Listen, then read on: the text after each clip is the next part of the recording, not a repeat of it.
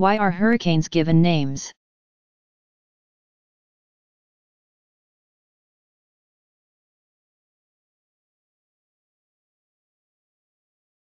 Tropical storms, including hurricanes, that have wind speeds of at least 39 miles. 63 kilometers per hour are given human names to identify them. This way, meteorologists, or weather scientists, can keep track of several tropical storms at once without confusion. Monitoring tropical storms is important for the safety of ships that sail in tropical waters, and for people who live along tropical ocean coasts who need to be warned of approaching danger. The practice of naming hurricanes and tropical storms began in the 1950s. For a long time until 1979 only women's names were used. The World Meteorological Organization decides which names will be on the list, creating lists for 6 years at a time. The names begin with all the letters of the alphabet, with the exception of Q, U, X, Y, and Z, because few names begin with these letters. Hurricanes and tropical storms are given names from the list in alphabetical order as they appear. And a name may be reused once 6 years have passed. But if a storm has caused very great damage, its name will be retired, which means it cannot be reused for at least 10 years.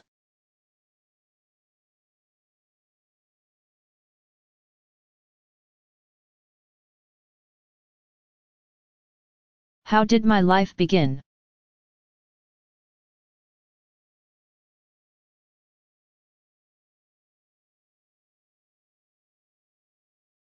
All living things are made up of cells. They are so small that you need a microscope to see them. Your body contains trillions and trillions of cells. Each part of your body is made up of different kinds of cells. Bone cells, brain cells, blood cells, and more. Each person begins life as a single fertilized cell. This single cell contains all the information needed for a new human being to grow and live. The information-coded chemical instructions known as genes is found on 23 pairs of chromosomes in the nucleus, or control center, of the cell. That special fertilized cell began with a single egg cell from your mother. Each month a woman releases a mature, or ripe, egg cell from reproductive organs called ovaries. This egg contains half the genes needed to create a new life. A man produces millions of sperm cells in reproductive organs called testes. Each sperm cell contains half the genes needed to create a new life. When a sperm cell from your father joined with and fertilized the released egg cell inside your mother's body, the cell that would become you was complete. It had all the coded instructions it needed to begin dividing and growing into a baby. Within a few hours, the fertilized cell that was you split into 2 complete cells, each with a full set of genes inside. Before long the cells divided again. After 5 or 6 days a ball of hundreds of cells existed. The size of the head of a pin, this ball of cells attached to the lining of your mother's uterus, or womb, the reproductive organ in which babies grow. There, in the nourishing lining of the uterus, the cells continued to multiply. Gradually the cells began to specialize, turning into nerve cells, muscle cells, and so on. A tiny baby began to take shape. As you grew, you received nutrients and oxygen from your mother's blood through a special tube that was attached to your abdomen called the umbilical cord. After 40 weeks, between 9 and 10 months, all of your organs and body systems were developed enough to work on their own, and you were ready to enter the world. Then you made your grand entrance and were born.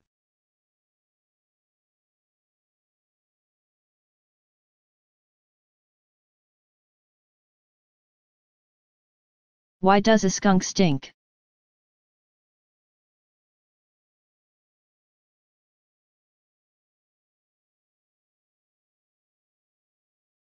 These furry black and white animals have a powerful secret weapon.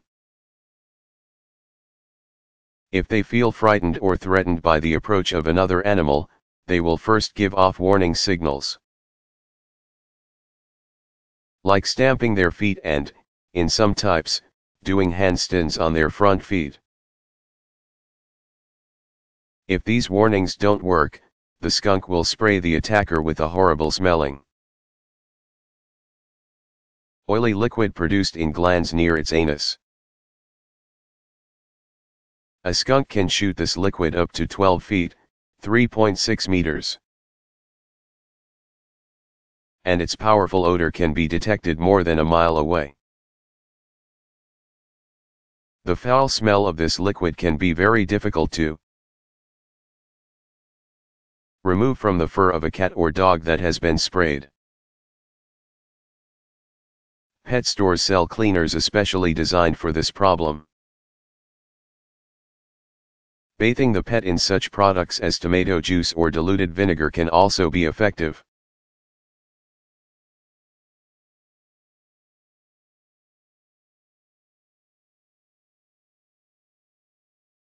What causes warts?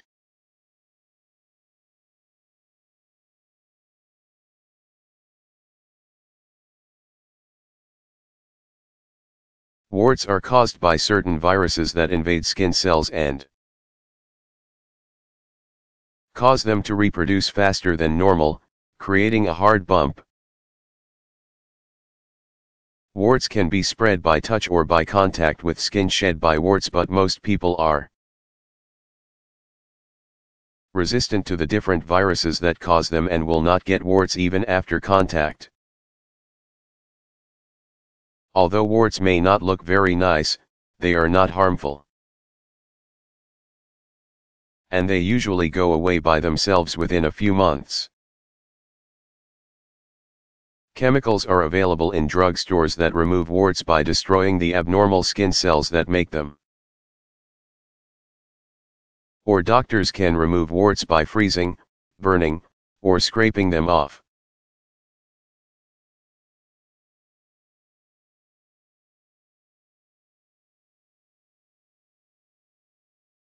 What is substance abuse?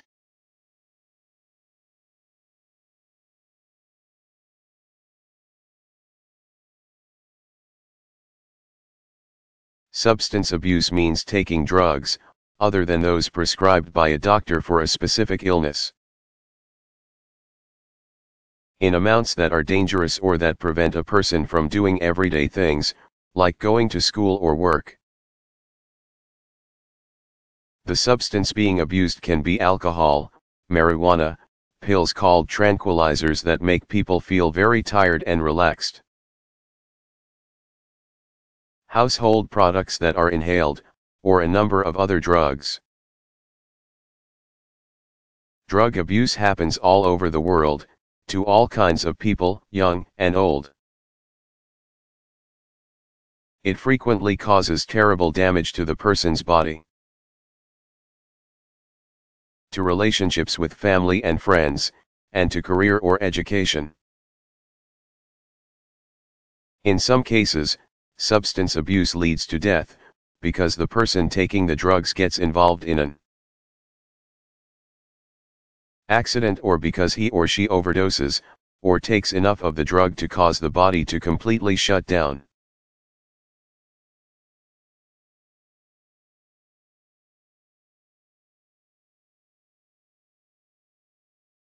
If I hurt myself and bleed a lot, can I run out of blood?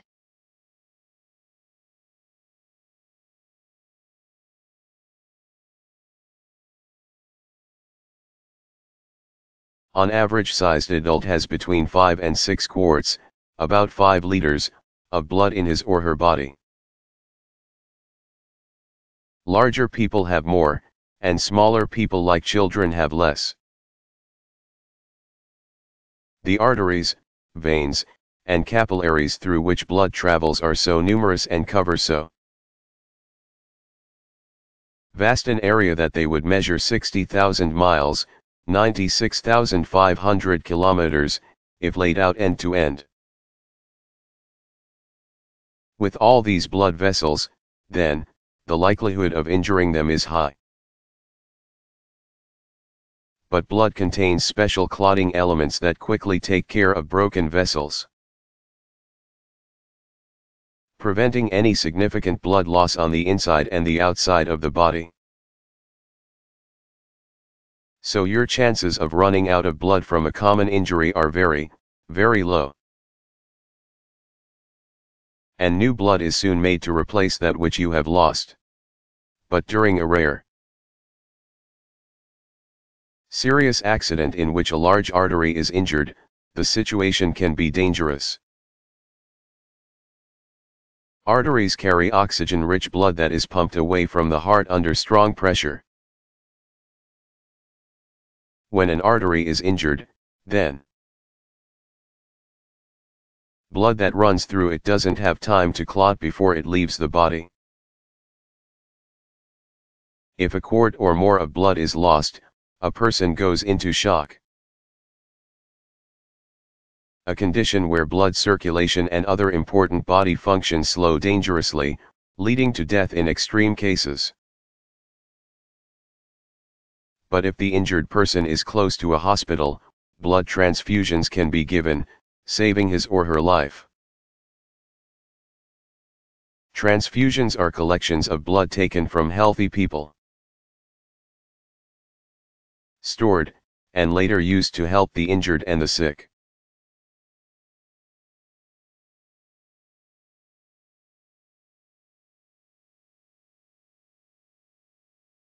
Why are loud noises and music bad for my ears?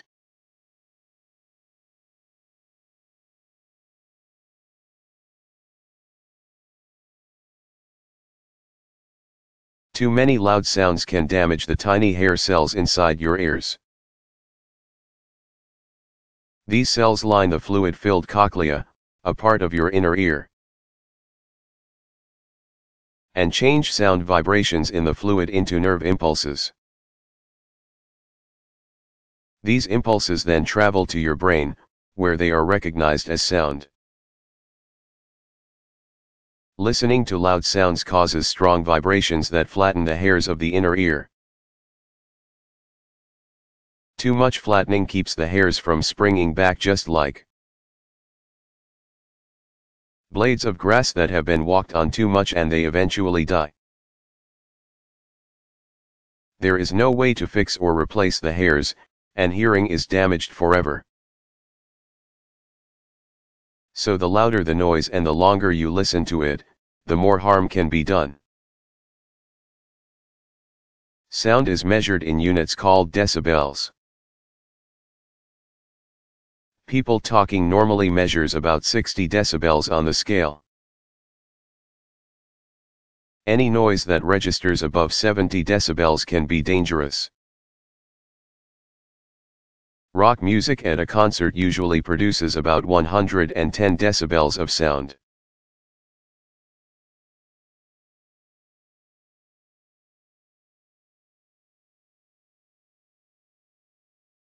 What does it mean to play possum?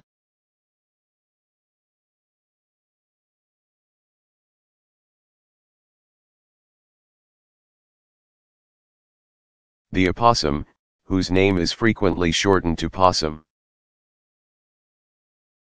is a small animal that spends a lot of its time in trees looking for food, insects, fruit, small birds or mammals, and eggs. Its teeth and sharp claws help it get the food it needs. But in a contest with a larger predator, the opossum doesn't have many defenses. It does have one fairly effective trick, however, if an opossum is caught off guard on the ground by a potential enemy. It might pretend to be dead so the predator will leave it alone. Sometimes this works for the possum, and sometimes it doesn't. This behavior gave rise to the expression play possum, which means to pretend to be sleeping or dead to avoid trouble.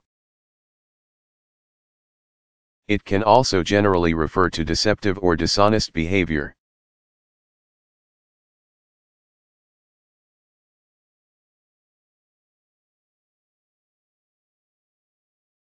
How do people who are deaf communicate?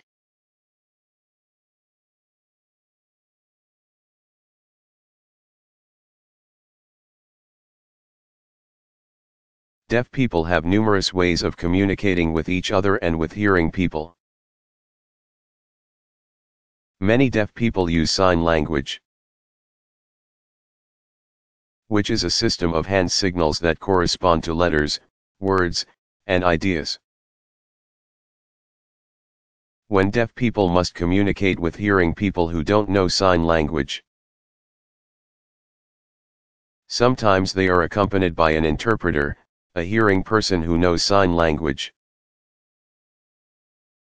The interpreter relays the hearing person's speech to the deaf person by sign language, and then reads the deaf person's signs and speaks aloud those words to the hearing person. Some deaf people also become skilled at lip reading, in which they understand other people's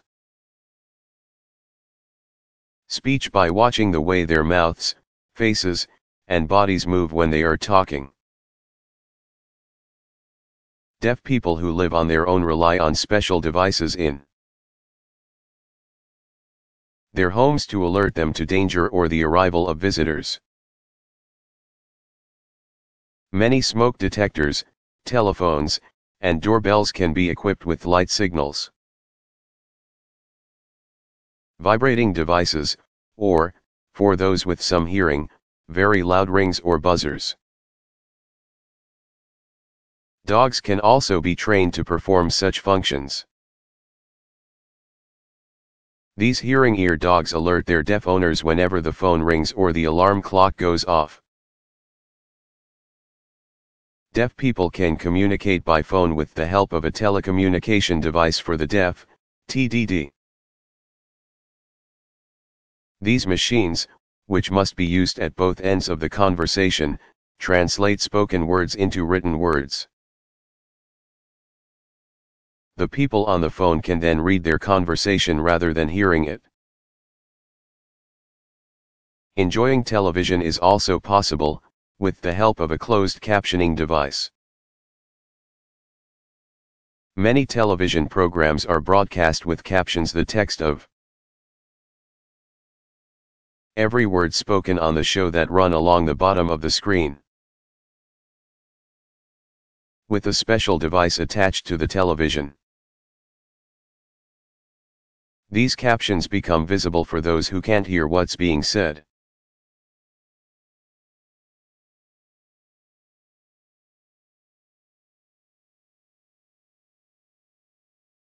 Why do we have different time zones throughout the world?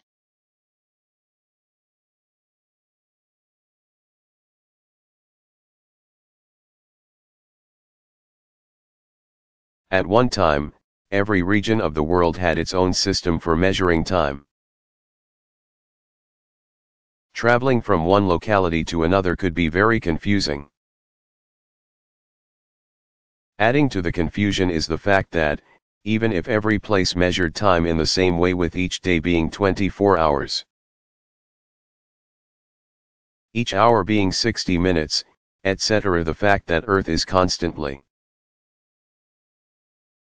Rotating means that when it's midday in Chicago, Illinois, it's early evening in London, England. The rotation of the planet means that we can't have just one time zone for the whole world. If that were the case, then noon would be the middle of the day in some places, the evening in other places, and the middle of the night somewhere else.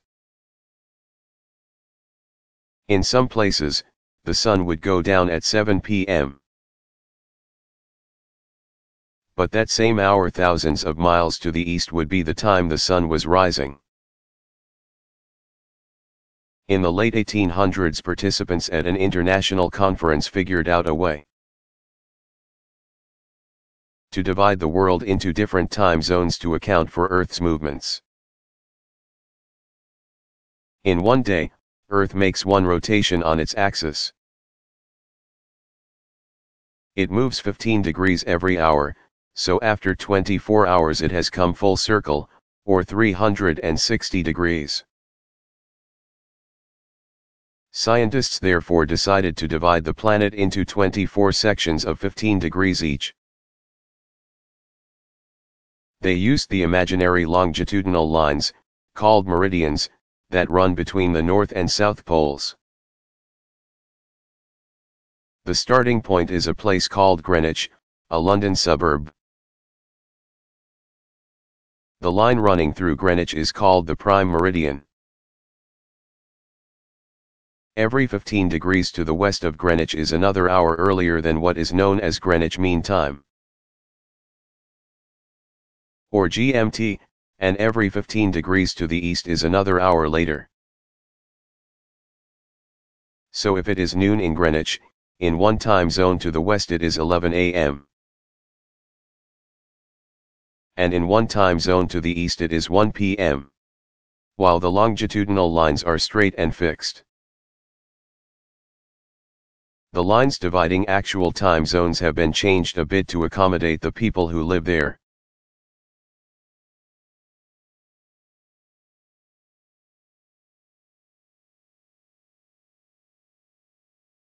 How do migrating birds know how to navigate?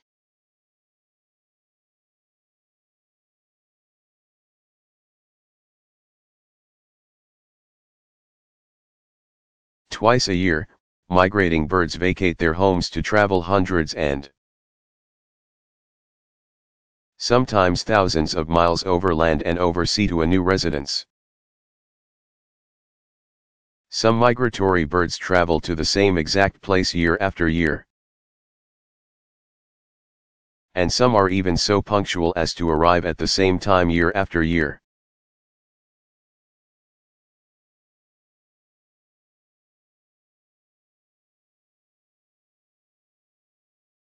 Why do fireflies light up at night?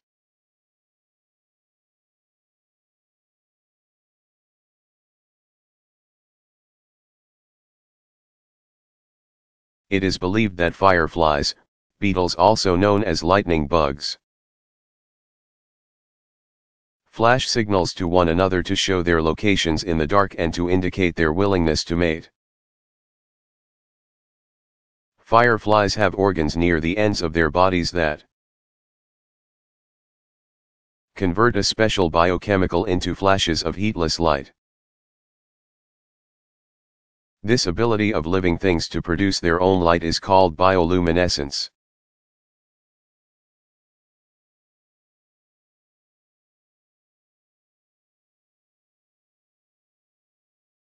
How can animals live in a desert?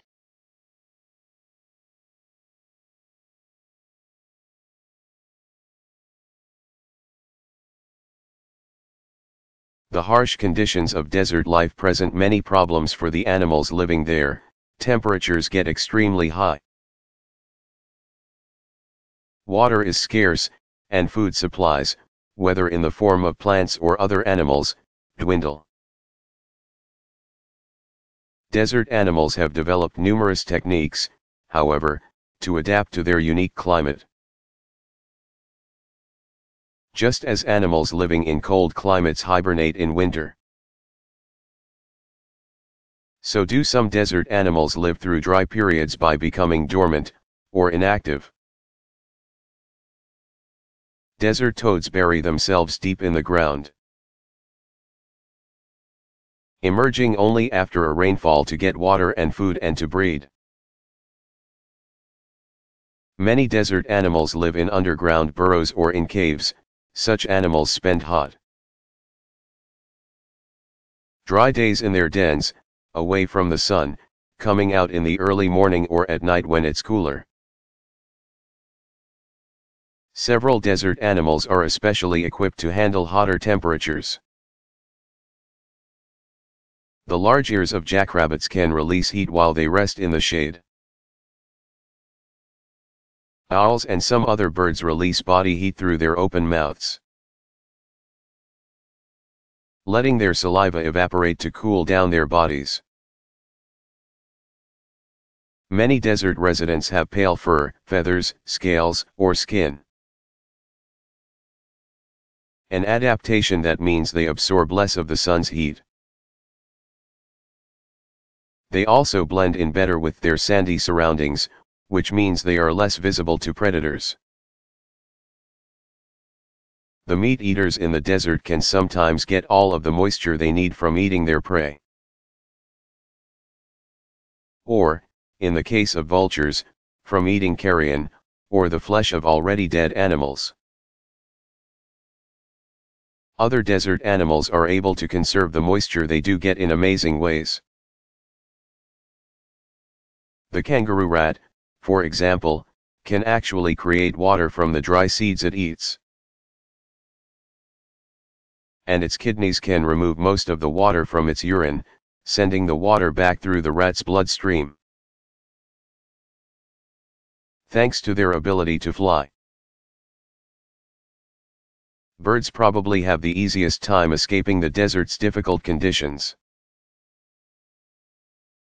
They can fly great distances if necessary to find areas where rain has fallen and vegetation is growing. Large winged birds can spend the hottest part of the day soaring way up high where the winds are cooler.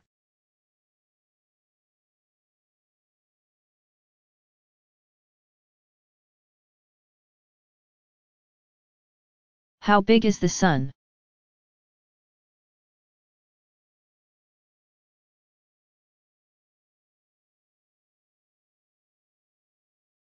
The sun's diameter, its widest measurement across, is estimated at 865,400 miles, 1,393,294 kilometers.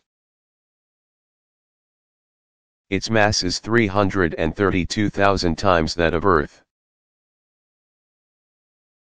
Compared with the billions of stars in the universe, our sun is considered average in size,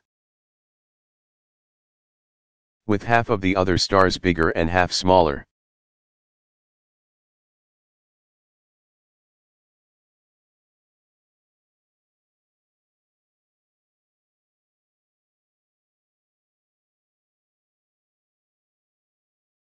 Why do I get dizzy when I turn around in circles?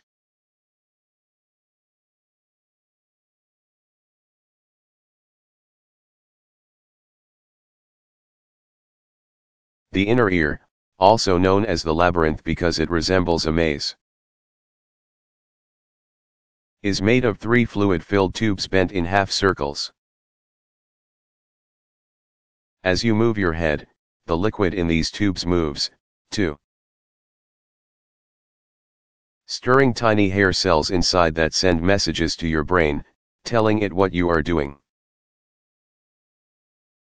The brain takes this information, along with messages from your eyes and the muscles of your body, and tells you what movements you need to make to keep your balance. When you spin around quickly, the fluid in these tubes moves too fast, and your brain gets more messages than it can process at one time. You may get dizzy, lose your balance,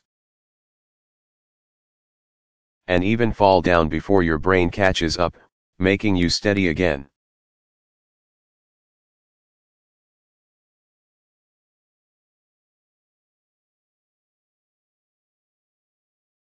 Where does our electricity come from?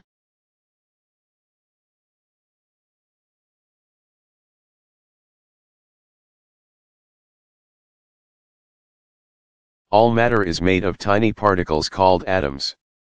Inside an atom are even tinier particles. Electrons that move in orbit around a center, or nucleus, made of neutrons and protons. An electron has a negative electric charge and a proton has a positive one. Usually an atom has the same number of each, which keeps the atom neutral or unchanged arged. But sometimes electrons leave their orbit, attracted to other atoms that lack an electron and are positively charged. The movement or flow of electrons from one atom to another produces the form of energy called electricity. The electricity we use is made by huge machines, or generators, in places called power plants. An energy source is needed to run the generators: heat from burning coal, oil, or natural gas, or from the fission of nuclear fuel. Is used to boil water for the steam required to turn the turbines, or giant blades, that start the generators. Heat-based energy is known as thermal power. Rushing water from giant man-made dams or waterfalls, hydropower, can also do the job. Although not widely used, the force of the wind and the heat of the sun can be used to power generators to make electricity, too. With the help of a giant magnet, a generator creates a flow of electric charges, or an electric current, that runs through copper wire. But in order for this electricity to travel great distances, to homes and businesses far away, its voltage, the force that pushes a current along, must be raised. To accomplish this, the electricity passes through a device called a transformer. Travel ready but now too powerful and dangerous to use. Electricity is sent out from a power plant through huge cables that need to be buried safely underground or stretched high in the air between tall support towers. When the electricity reaches its destination, it is run through another transformer that reduces its voltage so that it is again suitable for normal use. It then travels to homes and businesses, through large wires attached to meters that show how much electricity is used at each location, so that the power company that runs the plant can be paid for it. Smaller wires run through the floors and walls of a home, bringing electricity to every room. These wires are attached to safety devices called fuses or circuit breakers, which stop the flow of electric current if,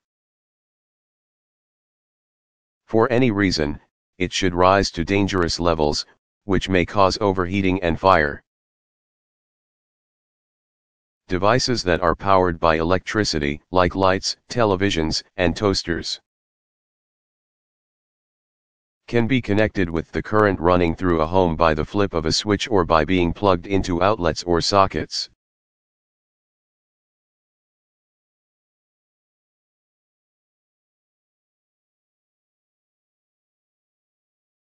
Why do some people have to wear eyeglasses?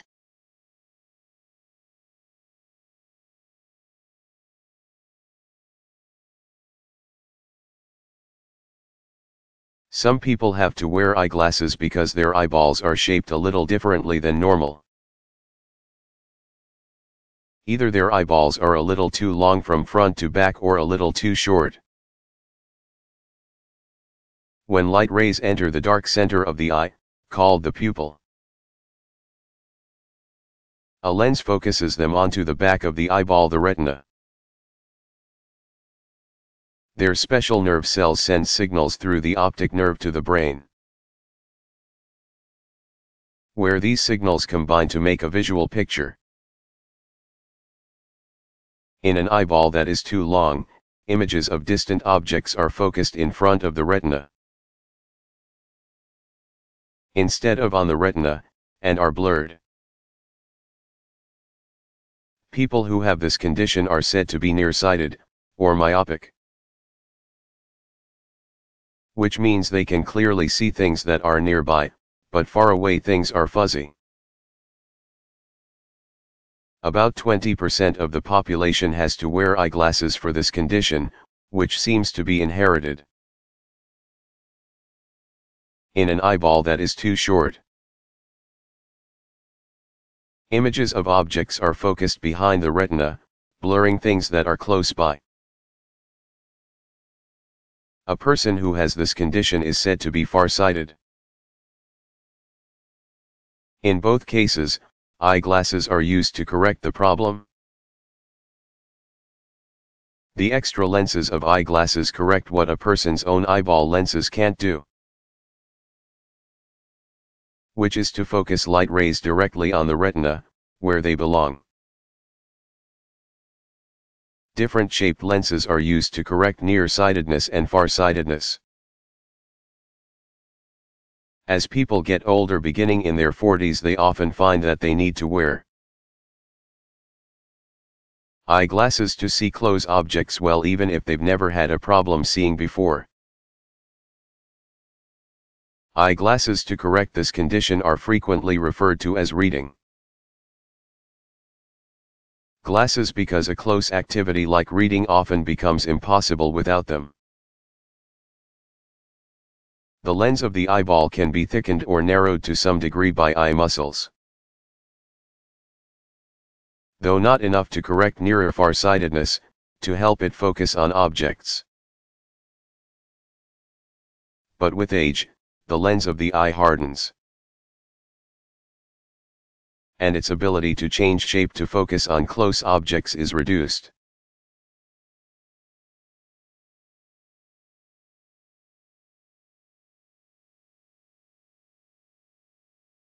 Why does it rain?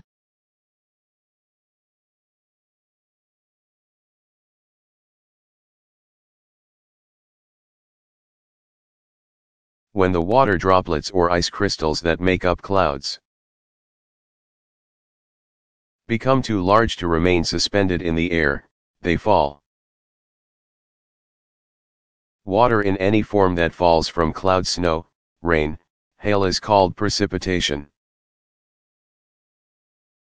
Many different conditions cause precipitation.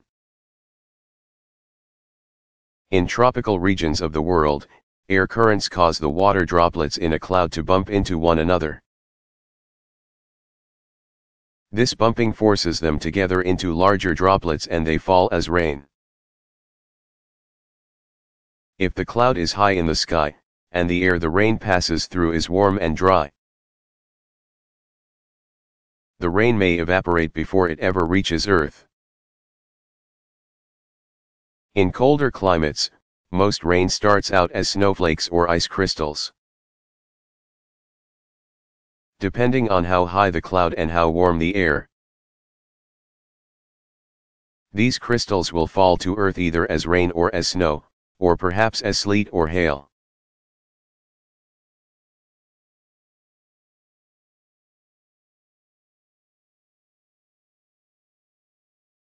What is Indian summer?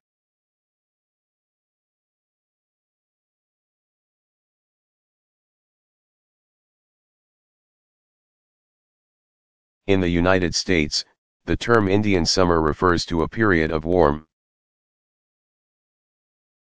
dry weather that sometimes occurs during autumn.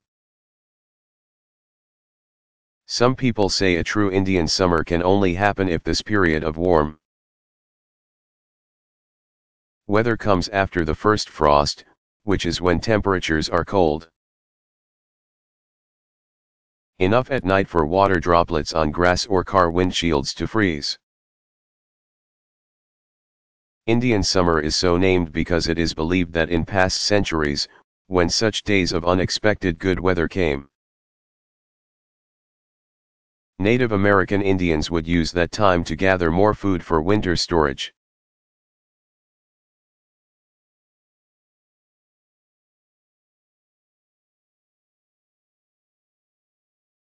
How long can trees live?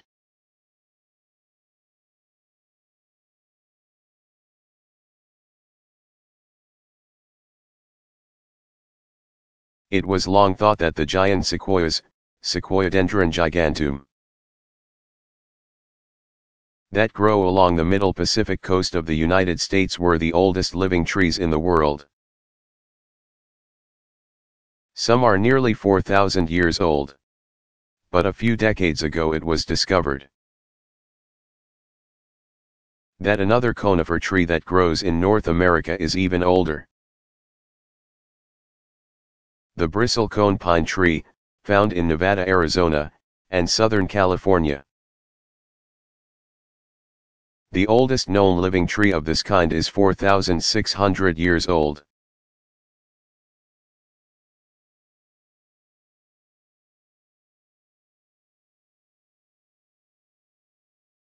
What is an only child?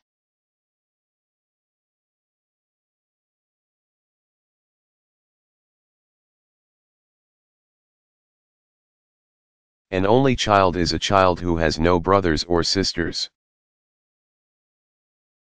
For a long time, parents and experts on raising children worried that only children would not be as well adjusted in adulthood because they had no brothers or sisters to relate to and share things with as they matured. Some people feared that as adults, only children would be antisocial and selfish. But studies have shown that none of this is true, as only children grow up. They share their lives with young friends and relatives. Lots of only children become well-adjusted adults, and many become high achievers.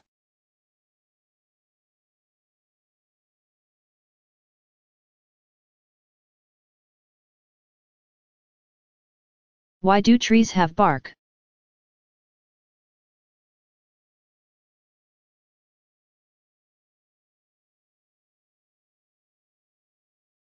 The cells that make up plants have walls made mostly of a material called cellulose that vary in thickness.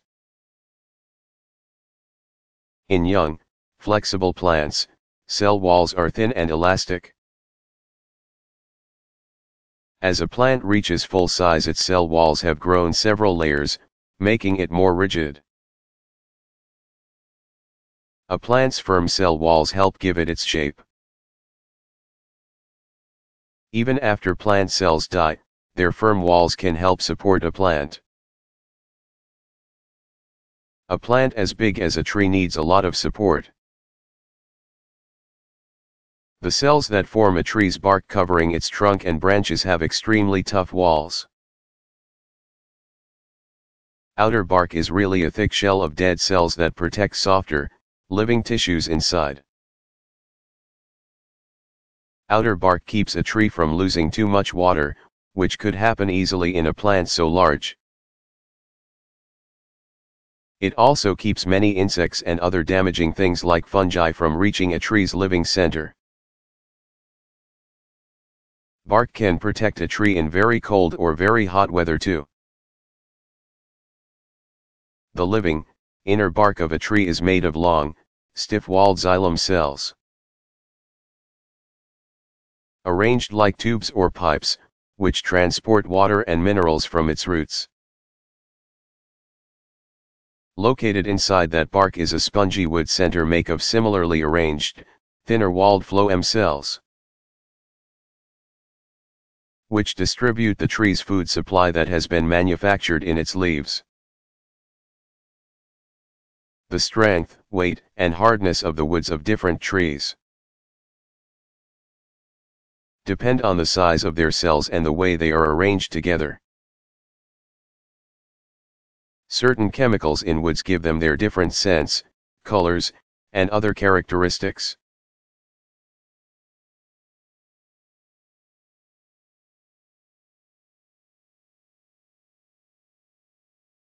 What causes waves?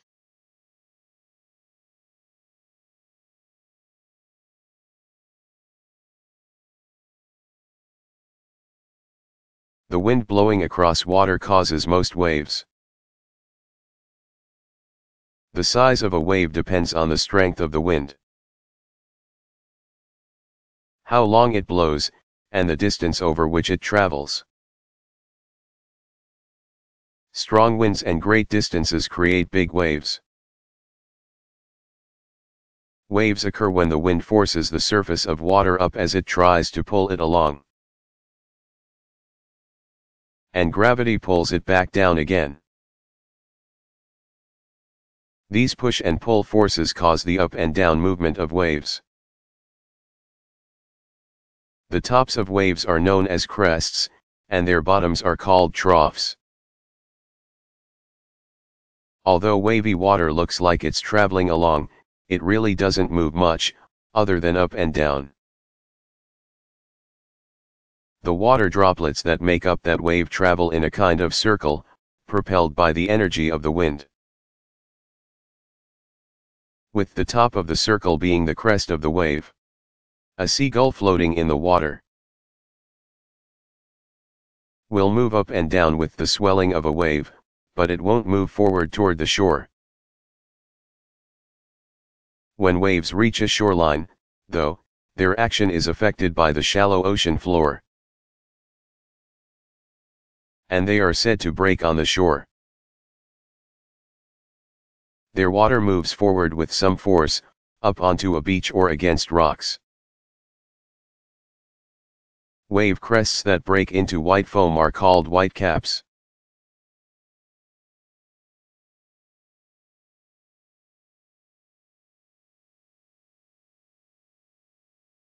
How do escalators work?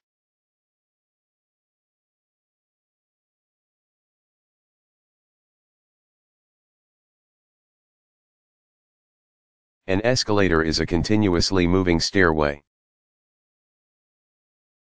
It takes people from one floor of a building to another, just like an elevator. But it can transport many more people than an elevator can in the same amount of time. Between 5,000 and 8,000 per hour. An escalator is run by an electric motor located at the top. It turns a large, geared drive wheel that moves a chain with steps attached to it in a continuous loop above the floor and below. A large return wheel guides the chain at the bottom of the escalator. So a set of escalator stairs runs under the set you travel on, which pop up for more riders. Rubbery handrails, which also move in a continuous loop, are connected to the drive wheel as well and give riders a good grip as they travel along.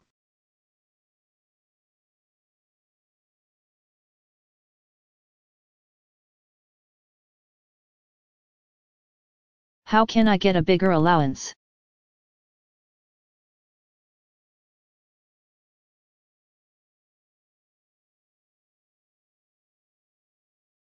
One way to get a bigger allowance is to prove to your parents that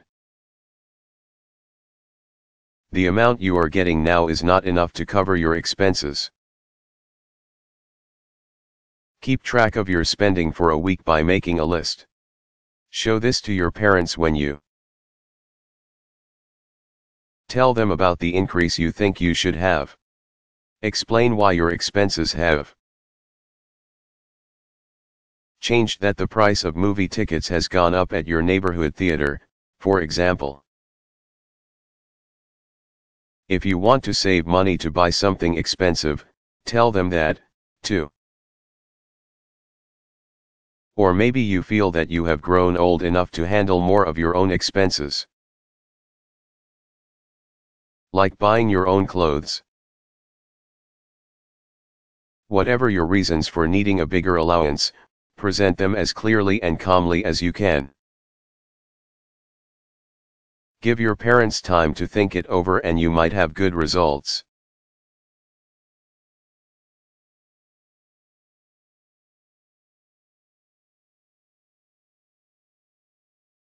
Why do people often say God bless you or Gesundheit after someone sneezes?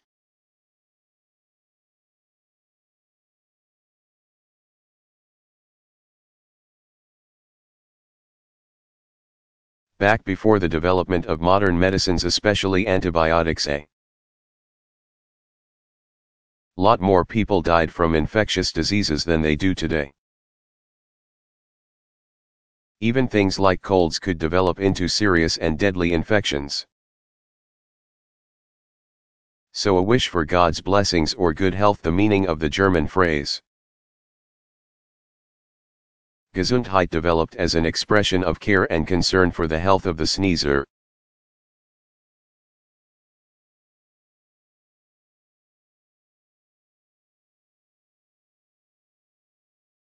Could a balloon float into outer space?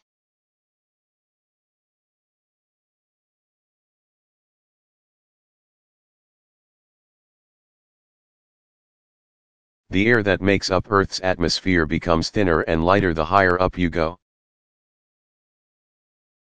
So a helium-filled balloon would stop rising once the air surrounding it weighed the same as the helium gas inside it. Scientists think that 20 miles, 32 kilometers, above Earth is about as far as any balloon could travel.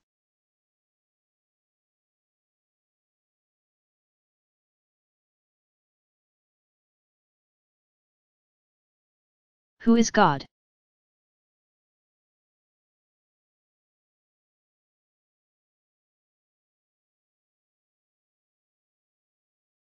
It is believed by many people that God is the perfect spiritual being who has always existed and who created everything. Although having no physical form and therefore no gender, God is usually referred to as a male. Believers feel that God made the universe and all that is in it. God is thought by many to be all-knowing and all-powerful. In many religions, it is thought that the souls of people who have led good lives on earth join God after they die.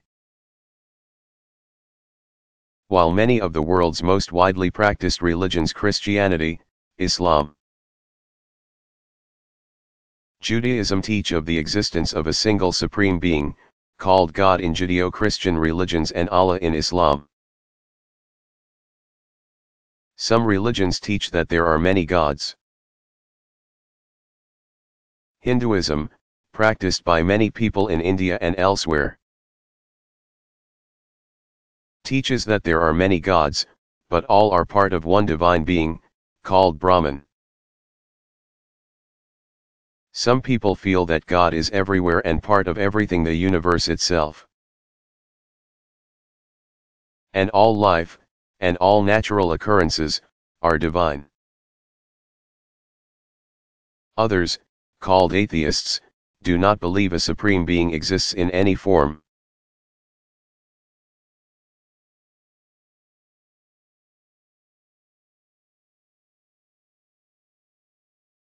What is fog?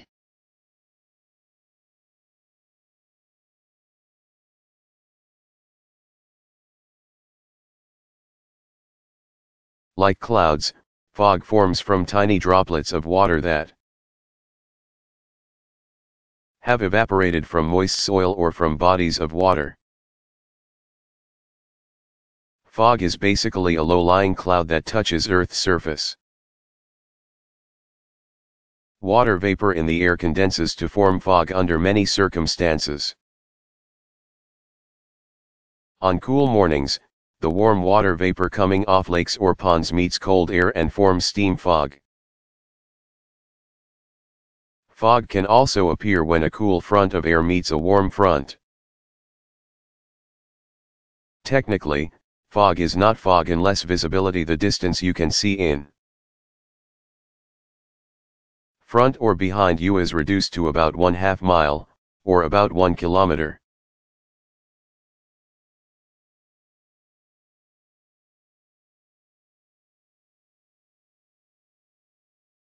Why do rhinoceroses often have birds riding on their backs?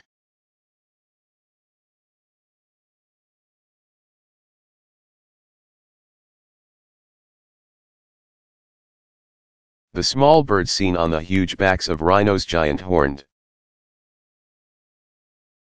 animals that come from Africa and southern Asia, are called tick birds. These birds feed on the parasites or bugs hidden in the thick, deeply folded skin of the large animals, keeping them clean and healthy. The cries of tick birds also warn rhinos when danger is approaching. Such warnings are helpful because rhinos have very bad eyesight.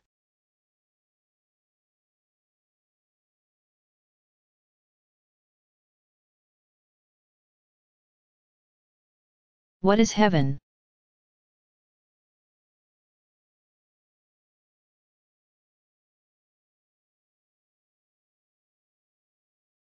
According to many religions based on Judaism and Christianity, heaven is a state of existence where a person's spirit is at last united with God forever. In a number of Christian religions, heaven is believed to be the reward for people who have lived good lives according to certain rules of thought and behavior that God has made known through scriptures. Sacred writings, like the Bible, and through the teachings of churches and religious leaders. Those who have not followed these rules, it is believed by many, go to a place of punishment known as hell. Many Christians believe that at the end of the world their human forms will be resurrected in a perfect state, just as the body of Jesus Christ was when he arose from the dead on Easter morning, and join their souls or spirits in heaven for eternity. This idea has led to the concept that heaven is an actual place located above with physical characteristics. Over the centuries, through pictures and writings, people have tried to create images of heaven, imagining a place of perfect happiness perched atop fluffy white clouds. It has often been portrayed as a place full of things that would bring happiness on earth, possessing, for instance, pearly gates and streets of gold.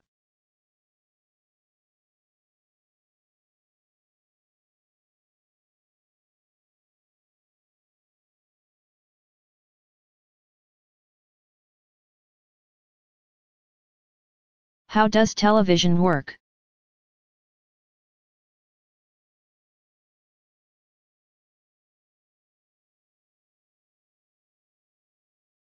Television works through a series of complicated processes. It starts with a television camera, which takes pictures of scenes. Photocells inside the camera change the pictures to electrical signals. At the same time, a microphone records sounds that are occurring during the scenes. A vibrating magnet in the microphone changes these sounds into electrical signals, too. Some television shows, like news reports, are recorded live, which means that they are broadcast to homes as they occur. But most of the television programs that we watch are recorded, which means that they are put on videotape and sent out later. The electrical signals of sound and pictures are stored as magnetic signals on videotape, which are converted back to electrical signals when played before a program is broadcast. Its electrical picture and sound signals are run through a device called a television transmitter. With the help of strong magnets, the transformer turns the electrical signals into invisible bands of energy called radio waves. Similar to visible light waves, which can travel great distances through the air. They can travel directly to outdoor television antennae, which catch the waves and send them to television sets that change them into pictures and sounds again. Cable companies send electrical picture and sound signals through cables directly to homes. When broadcasting to faraway places, communication satellites that orbit the world are used to bounce or return the waves back to Earth, extending their travel distance. Satellites are necessary because radio waves move in straight lines and cannot bend around the world. When an antenna or satellite dish receives radio waves, it changes them back into electrical signals. A speaker in a television set changes some of the signals back into sound. The pictures are reproduced by special guns at the back of a television set that shoot electron beams at the screen, causing it to glow with tiny dots of different colors. Viewed together, the dots look like a regular picture. The individual pictures that make up a scene are broadcast and received one after another at a pace so quick that it looks like continuous action is occurring on the screen. The entire process happens very fast because television stations and broadcast towers are all around, and because radio waves travel very quickly, at the speed of light. Radio programs broadcast talk and music across the airwaves using the same technology.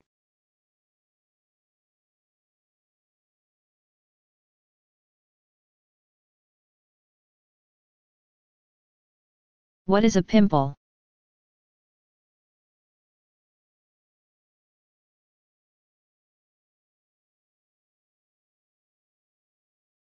Almost every part of your body is covered with hair, most of it so fine that it is invisible.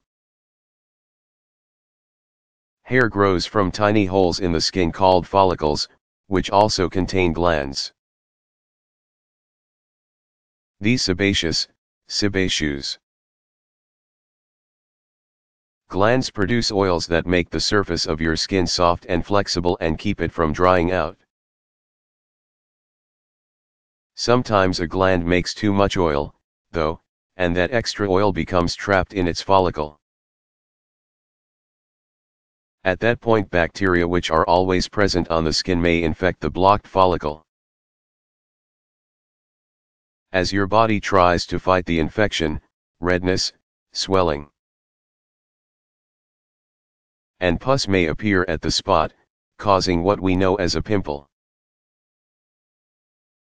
Usually squeezing and picking at a pimple only spreads the tiny infection into surrounding tissue, making the problem worse. Pimples that are very infected may take many weeks to heal and leave small scars in the skin. Usually when girls and boys, especially boys, become adolescents, they start to have trouble with pimples. Pimples flare up at this time because certain hormones, chemicals made by glands that control different body processes increase as kids approach sexual maturity. Some of those hormones increase the production of oil in the skin. When a person has a lot of pimples, over a long period of time, the condition is called acne. The best thing to do for acne is to keep your skin clean, washing with soap twice a day. If it gets too bad, a dermatologist, or skin doctor, can help. Just try to remember that your acne is normal, it won't last forever. And it is probably more noticeable to you than to anyone else.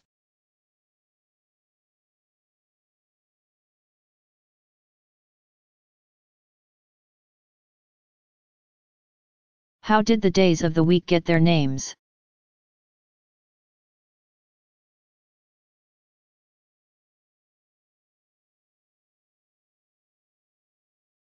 In the English language, some of the days of the week take their names from the celestial bodies that,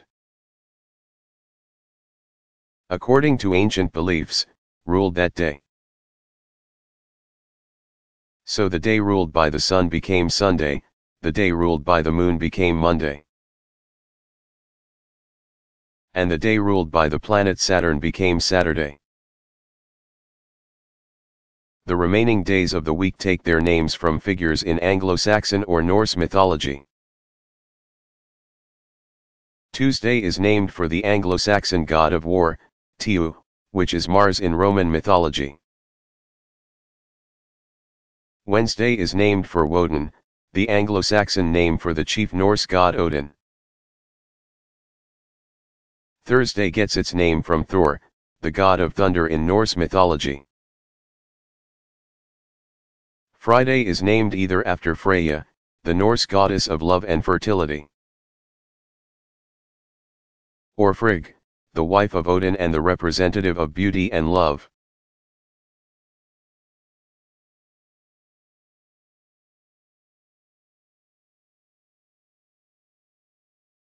What is static electricity?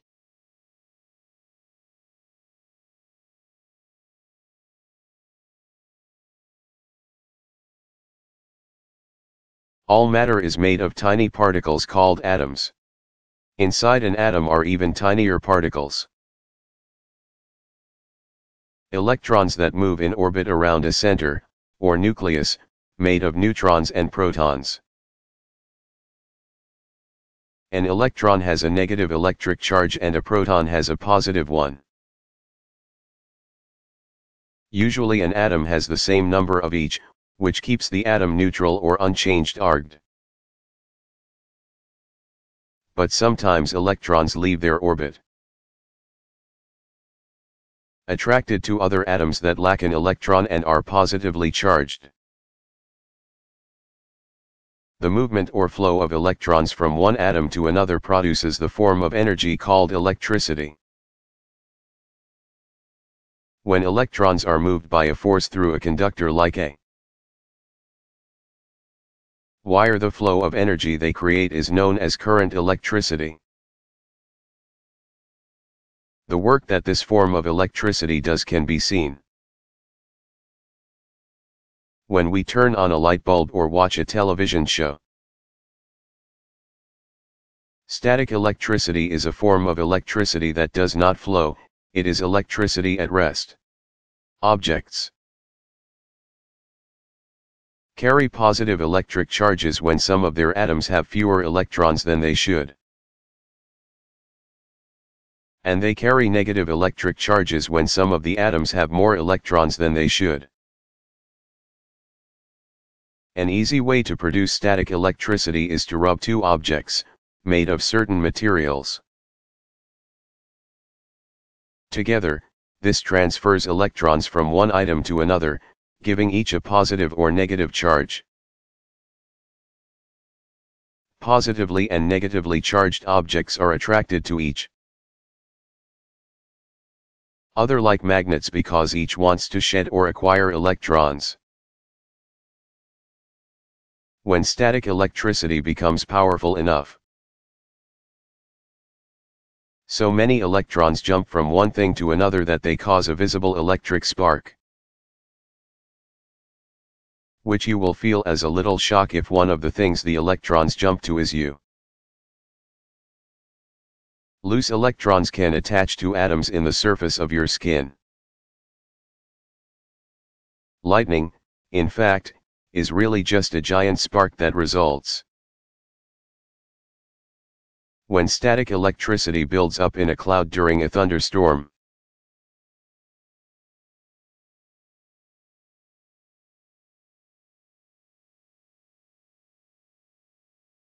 How does a vulture find its food?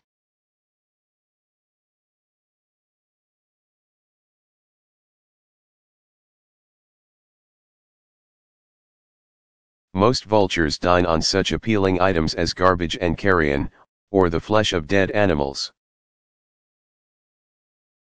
They soar high above the ground on their large,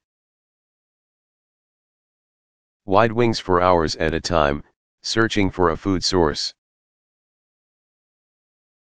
Scientists aren't sure how they know where the carrion is, but they suspect it may be a combination of sight and smell.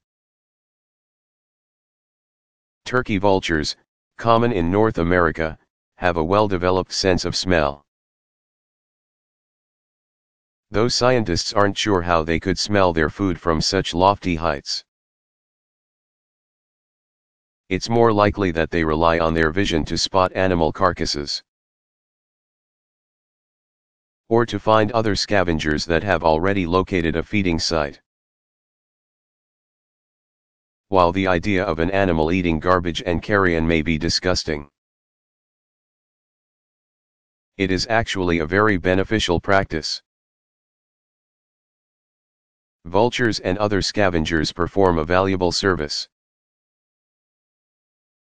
cleaning up carcasses that would otherwise take a long time to decompose.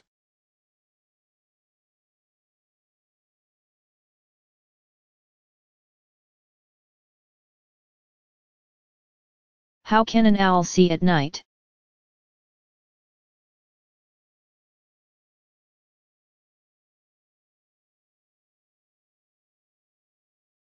Most owls are nocturnal hunters, meaning they are active at night rather than during the day. Their large eyes have special features that allow them to see well even on very dark nights. An owl's retina, the part of the eye that controls sensitivity to light,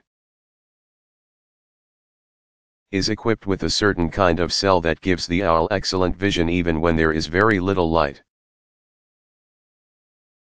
While many animals can move their eyes without moving their heads, owls' eyes are practically immovable.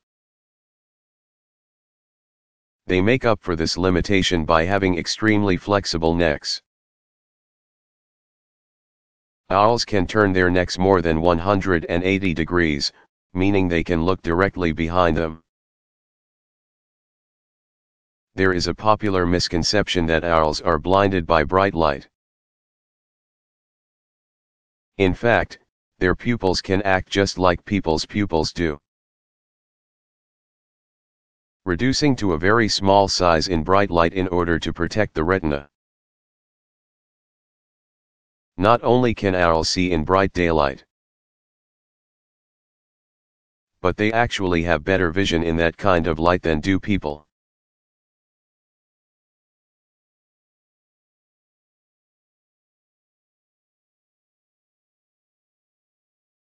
What causes escalator steps to fold flat when they get to the top and the bottom?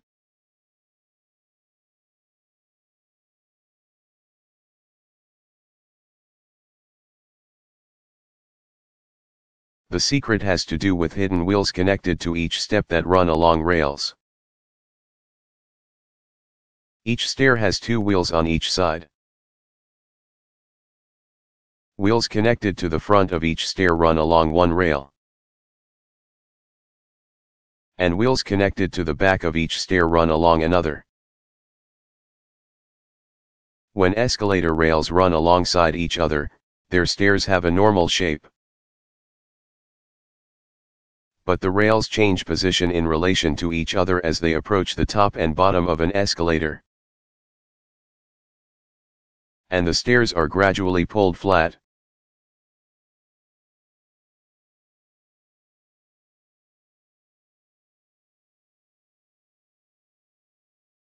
What does the brain look like?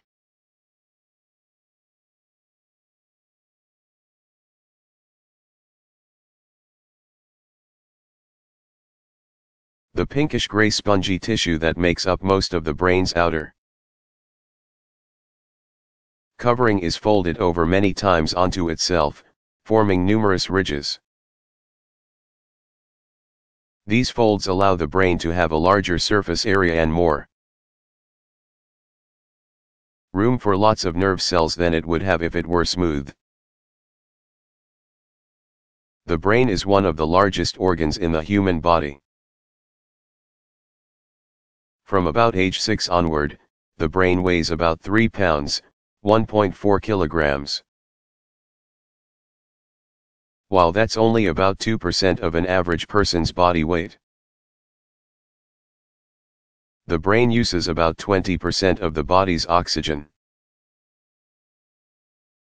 And if it's deprived of that oxygen for longer than a few minutes, it can become seriously damaged.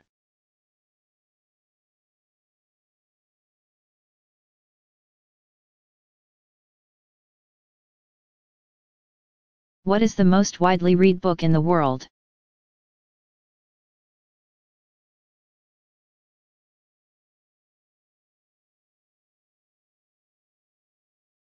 The world's best-selling book is the Bible. During the past 2 centuries alone, it has sold an estimated 3.88 billion copies. The Bible, made up primarily of the Old Testament and the New Testament,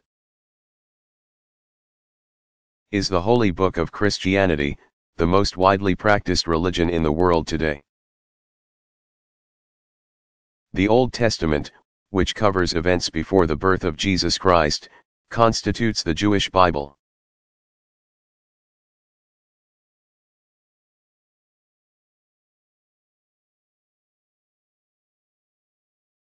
What starts a sneeze?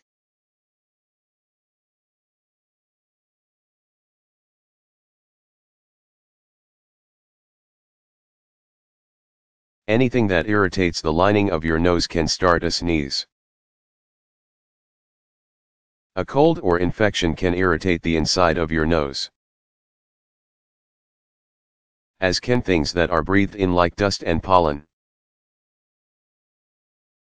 The fine hairs that line your nose are connected to nerve endings. And when they send a message to your brain that something is there that shouldn't be, your brain tells certain muscles to get rid of it. Your throat closes while air pressure builds up in your lungs. When the air is suddenly let go, it blows dust or germs or other things from your nose. During a powerful sneeze, air can exit your lungs at around 100 miles, 161 kilometers, per hour.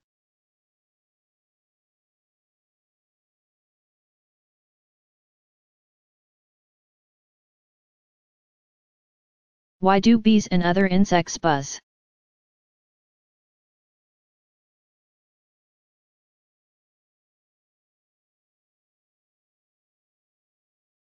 The buzzing sounds that insects make are the beating of their wings. Some insects flap their wings slowly, like the butterfly, 8 to 12 beats per second, and make no sound. Others, like the mosquito, beat their wings very fast, at 600 beats per second. The mosquito's buzz sounds more like a high-pitched whine.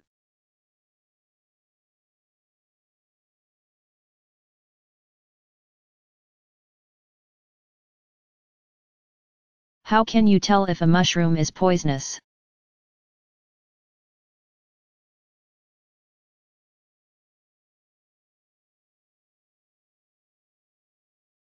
Many types of mushrooms are good to eat. The fruiting bodies of other fungi like truffles and puffballs are also tasty. But there are many mushrooms that are poisonous, and it is very hard to tell the harmful from the harmless. So you should never pick and eat a mushroom. Only an expert, who has studied the different types, can tell the difference for sure. People have been eating mushrooms for thousands of years, because they contain some protein and minerals. They were an important source of food at times when fruits and vegetables were not available. Now they are grown commercially, like other food crops.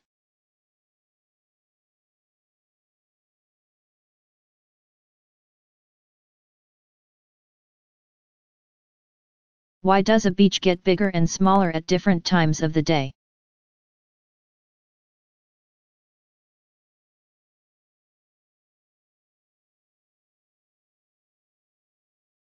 Throughout the day and night, the level of water in the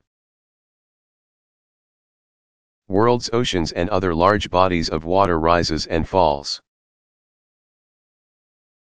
This change is due to tides, which are caused by the gravitational pull of the moon on Earth as our planet rotates on its axis.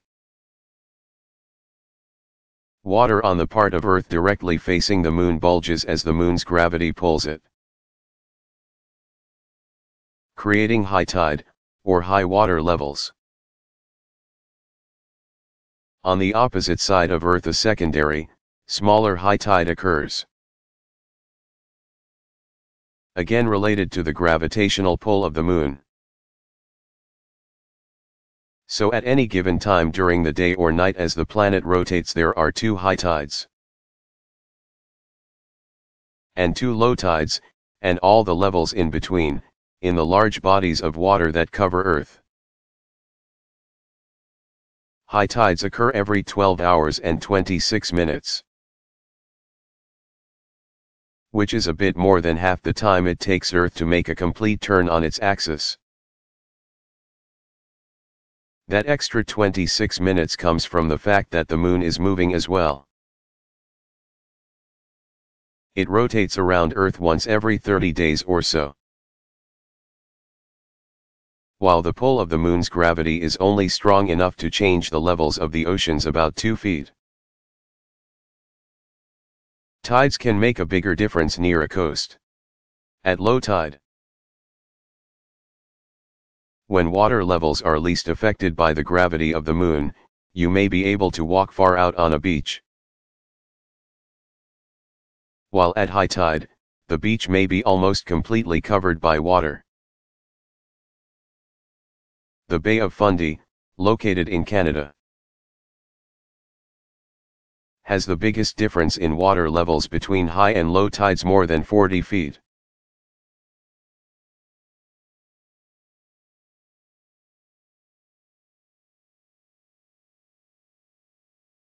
How does my body know to wake up when morning comes?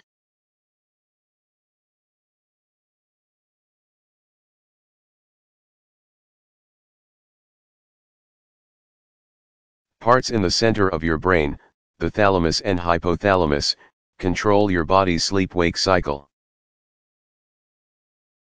These parts act like an internal alarm clock. Sunlight is what sets the alarm off and keeps your body on a 24-hour schedule. Like Earth, resetting your internal clock every day. If you didn't have to follow a busy schedule that sometimes required you to get up before sunrise, and if there were no artificial lights at night to extend your day past sunset, your body clock would follow the cycle of the sun even more closely than it does now.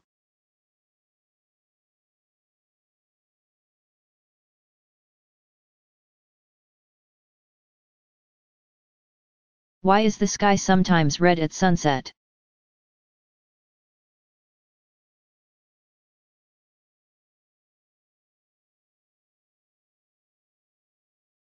At sunset, the sun is low in the sky, and its light must travel through more of Earth's atmosphere to reach us. The extra air keeps shorter light waves like blue from making their way to Earth. But orange and red, with their longer wavelengths, can travel the distance and are scattered by Earth's atmosphere, becoming visible. They make the sun and the surrounding sky appear red.